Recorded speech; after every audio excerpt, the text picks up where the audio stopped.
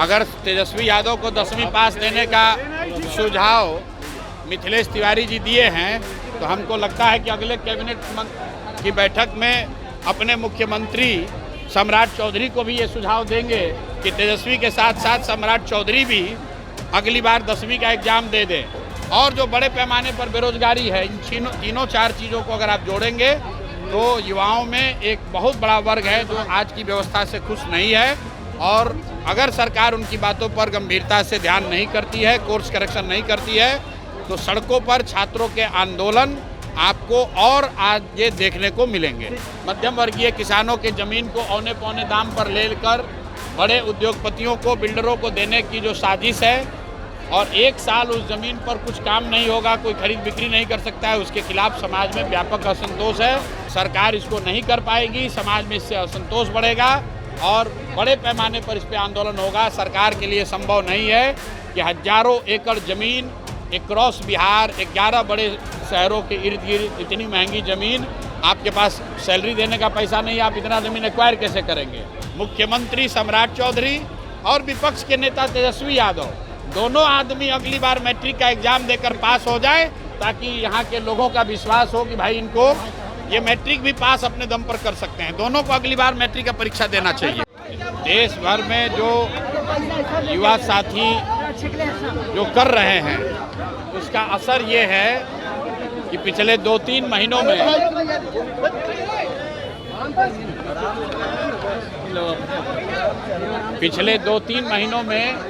आप देश में लोकतंत्र की ताकत को देख रहे हैं। इसी बिहार में पिछले 3-4 वर्षों में जितनी बार कोई प्रदर्शन करने आया हो, चाहे समाज का कोई भी वर्ग हो, सब पर लाठी चली है। आज कम से कम लाठी चलाने से पहले सरकार या प्रशासन 2 बार सोच जरूर रहा है। ये लोकतंत्र की ताकत है और एक तरह से बेहतर बात है। छात्रों के जो जायज़ मांग हैं उस मांग को सरकार को मानना चाहिए, चाहे वो टीआरई का मामला हो या अन्य जो छात्रों के मामले हैं।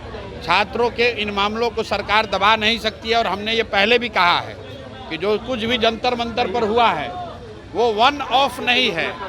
जो यहाँ पर शिक्षा व्यवस्था पूरे देश में शिक्षा का जो प्राइवेटाइजेशन हुआ है, कोचिंग संस्थाओं के जरिए व्यवसायीकरण हुआ है, उसके माध्यम से जो पेपर लीक हो रहा है और जो बड़े पैमाने पर बेरोजगारी है, इन तीनों चार चीज़ों को अगर आप जोड़ेंगे तो युवाओं में एक बहुत बड़ा वर्ग है जो आज की व्यवस्था से खुश नहीं है। और अगर सरकार उनकी बातों पर गंभीरता से ध्यान नहीं करती है, कोर्स करेक्शन नहीं करती है, तो सड़कों पर छात्रों के आंदोलन आपको और आगे देखने को मिलेंगे। शिक्षा मंत्री तेजस्वी यादव को कह रहे हैं पहले 10वीं पास कर लें। जो लोग मुझे खोज रहे हैं तो हम तो यहीं पटना में ही हैं, रोज यहीं पर घूम रहे हैं। सर, किसानों ने भी आज आंदोलन किया है, हम जमीन नहीं। किसानों का जो आंदोलन है, ये जो 11 सैटेलाइट सिटी बनाने की योजना की घोषणा सरकार ने की है, तुरंत फुरत में बिना कुछ समझे हुए बड़े उद्योगपति और बिल्डर्स को मदद करने के लिए बिहार के सामान्य परिवार के किसान, सामान्य मध्यम वर्गीय किसानों के ज़मीन को औने पौने दाम पर लेकर बड़े उद्योगपतियों को, बिल्डरों को देने की जो साजिश है और एक साल उस ज़मीन पर कुछ काम नहीं होगा, कोई खरीद बिक्री नहीं कर सकता है, उसके खिलाफ समाज में व्यापक असंतोष है। और ये हम जब ये सरकार कानून लेकर आई थी उस दिन से हम लोग कह रहे हैं कि ये बिहार में संभव ही नहीं है, सरकार इसको नहीं कर पाएगी, समाज में इससे असंतोष बढ़ेगा और बड़े पैमाने पर इस पर आंदोलन होगा। सरकार के लिए संभव नहीं है कि हजारों एकड़ ज़मीन अक्रॉस बिहार 11 बड़े शहरों के इर्द गिर्द इतनी महंगी ज़मीन, आपके पास सैलरी देने का पैसा नहीं, आप इतना ज़मीन एक्वायर कैसे करेंगे? और एक्वायर करेंगे तो किसानों को, भूमि धारकों को उनका मुआवजा मिलना चाहिए। ये कहने से कि ज़मीन का रीडेवलपमेंट करके आपको वापस दे देंगे, उससे ज़मीन का भाव बढ़ जाएगा, ये आर्गुमेंट पर कोई ज़मीन अपना देने वाला नहीं है। शिक्षा मंत्री ने बयान दिया है कि तेजस्वी पहले 10वीं पास कर ले, उसके बाद शिक्षा पे वो सुझाव देंगे बिहार सरकार। ठीक बात है। तो अगर तेजस्वी यादव को 10वीं पास देने का सुझाव मिथिलेश तिवारी जी दिए हैं तो हमको लगता है कि अगले कैबिनेट की बैठक में अपने मुख्यमंत्री सम्राट चौधरी को भी ये सुझाव देंगे कि तेजस्वी के साथ साथ सम्राट चौधरी भी अगली बार 10वीं का एग्ज़ाम दे दें।